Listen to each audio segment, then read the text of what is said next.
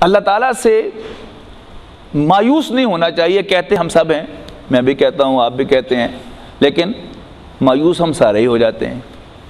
اب قرآن مجید نے یہ سبق کیسے سکھایا ہے؟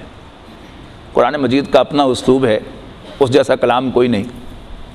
سورہ یوسف میں حضرت یعقوب علیہ السلام ایک کردار کی حیثیت سے پیش کیے گئے ہیں. بوڑھا باپ ہے، ایک بیٹا ہے جو سالوں سے غائب ہے، لیکن پھر بھی اپنے باقی بیٹوں سے کہتے ہیں یا بنی اذهبوا وتحسسوا من یوسف واخیہ، بیٹو جاؤ یوسف اور اس کے بھائی کو تلاش کرو. ولا تیأسوا من روح اللہ، لیکن اللہ کی رحمت سے مایوس نہ ہونا. اور اللہ کی رحمت سے تو صرف کافر ہی مایوس ہوا کرتے ہیں. تو اللہ تعالیٰ سے امید، جتنا آپ اپنی دعا میں اللہ تعالیٰ سے مانگتے ہوئے یقین رکھیں گے کہ میں بندہ ہوں تو مالک ہے، جتنا یہ یقین گہرا ہو جائے گا اتنی ہی آپ کے دعا میں اثر جو ہے وہ زیادہ ہو جائے گا. دے گا، ضرور دے گا اللہ تعالیٰ، کوئی بات نہیں ہے ایسی. یعنی ایک تو وہ علمی باتیں ہیں کہ اللہ تعالیٰ کے دینے کے کئی انداز ہیں کہ وہ کبھی آپ کی مرضی کے مطابق دیتا ہے، کبھی آپ کی بھلائی کو سوچ کر دیتا ہے. یعنی اگر آپ کی بھلائی ہو تو دے دیتا ہے، بھلائی نہ ہو تو نہیں دیتا. پھر کئی دفعہ وہ آپ کے لیے ریزرو رکھ لیتا ہے، قیامت کے دن اجر کے طور پہ دے دیتا ہے. لیکن میں اس سے بھی اگلی بات آپ سے کہتا ہوں کہ میری سوچ، میری خواہش بھی تو اس کے اختیار میں ہے نا. تو اگر اللہ تعالیٰ نے میرے اندر وہ خواہش رکھی ہے تو اس کا مطلب ہے کہ ابھی میری اور اس کی خواہش ٹیلی نہیں کی.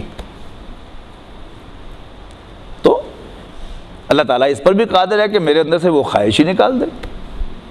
لیکن جب تک وہ خواہش رہے گی مجھے احساس محرومی رہے گا. اس وقت تک مانگتے رہنا چاہیے، مانگتے رہنا چاہیے، اور یا اللہ دے دے گا یا میرے اندر اس چیز کی طلب بھی ختم کر دے گا. تو اللہ تعالیٰ سے مانگنا یہ اس کا پہلا حق ہے. اور پھر اس کے بعد کیا فرمایا؟ اہدنا الصراط المستقیم. یعنی ملازمت میں بھی کیا ہوتا ہے، آپ ملازم ہوئے کسی جگہ پر تو آپ جاتے ہی کیا کہتے ہیں؟ جس دن ملازمت شروع ہوتی ہے، یکم کو آپ نے ملازمت شروع کی، جا کر آپ کیا کہیں گے اپنے وہ امپلائر سے؟ 10 وجہ فقی کرنا ہے. یعنی ڈائریکشن مانگتے ہیں نا، بتائیے کیا کرنا ہے. تو بندے بن گئے، مانگتے تجھی سے ہیں، لہذا بتاؤ سیدھا راستہ پہ کدھر جانا ہے. اور سیدھے راستے کو بھی یہاں بڑی باریکی سے ڈیفائن کیا گیا ہے اس صورت میں. اور وہ کیا ہے کہ سیدھا راستہ خط مستقیم نہیں کہا، صراط مستقیم کہا ہے. یعنی خط مستقیم ہوتا ہے 2 نقطوں کے درمیان سیدھی لائن فٹے کے ساتھ کھینچی ہوئی. لیکن سیدھا راستہ کسے کہتے ہیں؟ کہ یہ سڑک سیدھی شیخ اوپر جاتی ہے، وہ 10 دفعہ درمیان میں مڑتی ہو، لیکن کیا کہتے ہیں؟ سیدھی شیخ اوپر جاتی ہے. تو جب منزل کے ساتھ تعلق ہو کسی راستے کا تو اسے سیدھا راستہ کہتے ہیں. منزل کیا ہے؟ منزل ہے اللہ کو خوش کرنا. صراط الذین انعمت علیہم، ان لوگوں کا راستہ جن پر تو نے انعام کیا.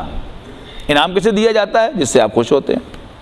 تو اہدنا الصراط المستقیم، صراط الذین انعمت علیہم. اور اس کا الٹ کیا ہے؟ ناراض کس سے ہوتے ہیں؟ غصہ کس پر آتا ہے؟ جو آپ کو ناراض کرتا ہے. تو اس زندگی کا اصل حاصل کیا ہے؟ اللہ کو خوش کرنا. وہ راستہ دکھا دے جس پر چل کر میں تجھے خوش کر لوں، اور مجھے اس راستے سے بچا لے کہ جس پر تو ناراض ہو جائے. تو یہ ہے بندگی، دین کا اصل تقاضا، قرآن کا پہلا پیغام. اور آخری بات بھی یہی ہے، جلدی سے وہ تقاضے بتا دوں. اللہ سے مدد مانگی جائے، اس کے سامنے ہاتھ پھیلایا جائے، اس سے ڈائریکشن لی جائے، پھر غلطی ہو جائے تو اس سے معافی مانگی جائے، اور کام اسی کے لیے کیا جائے. کسی کی جس کے آپ غلام ہوتے ہیں، آپ اسی کے لیے کام کرتے ہیں. دن بھی اسی کا، رات بھی اسی کی، صبح بھی اسی کی، شام بھی اسی کی. اور انسان ہے تو غلطی ہوتی رہے گی، یہ بڑی اہم بات ہے. یعنی جب تک ہم فرشتے نہیں ہیں ہم غلطی کریں گے، اور پھر نبی بھی نہیں ہے کہ معصوم ہو، تو ہم سے غلطی ہوتی رہے گی.